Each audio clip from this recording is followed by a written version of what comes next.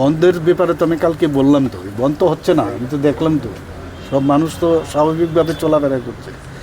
ওনাদের এইগুলো চলবে না, এই বন্ধ রাজনীতি এখন আর চলে না, এগুলো ওরা ইচ্ছে করেই করে। ওদের কাছে এই বন্ধ বন্ধ বন্ধ করে সব সবাইকে বন্ধ করে দিয়েছে, আর নিজেরা বহাল তবিয়তে আছে।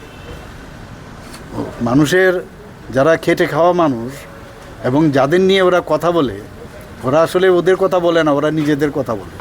খেটে খাওয়া মানুষদের ঘর বন্ধ করে দিয়েছে, কারখানা বন্ধ করে দিয়েছে। ওয়েস্ট বেঙ্গলের কী অবস্থা করেছে, ত্রিপুরাতে প্রচুর কারখানা ছিল, ব্যক্তিগতভাবে আমি জানি, এসব কারখানা বন্ধ করেছে।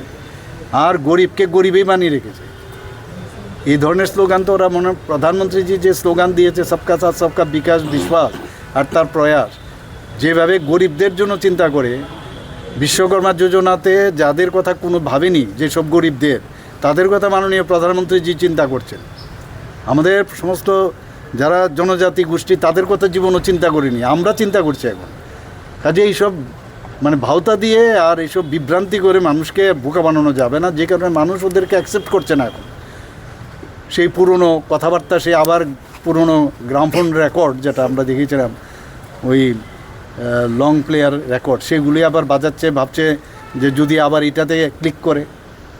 আর এক একজনের সাথে এক এক রকমভাবে, কখন যে কার সাথে, যাদের বিরুদ্ধে ওরা ছিল এবং অন্যরাও যাদের ওদের বিরুদ্ধে ছিল, তাদের সাথে এখন হাত মিলিয়েছে। কখন যে কার দিল্লিতে, কলকাতায় গিয়ে, এবার ওয়েস্ট বেঙ্গলে গিয়ে দেখলাম, যারা ওখানকার যারা বন্ধ রেখেছে, ওদেরই ওদেরই শাখা প্রশাখা, এই টিভি দিল্লি কলকাতায় একরকম বলছে, এখানে এসে একরকম বলছে। অদ্ভুত, যে তাদের কথা বলে লাভ নেই, মানুষ ওদেরকে আর অ্যাকসেপ্ট করবে না।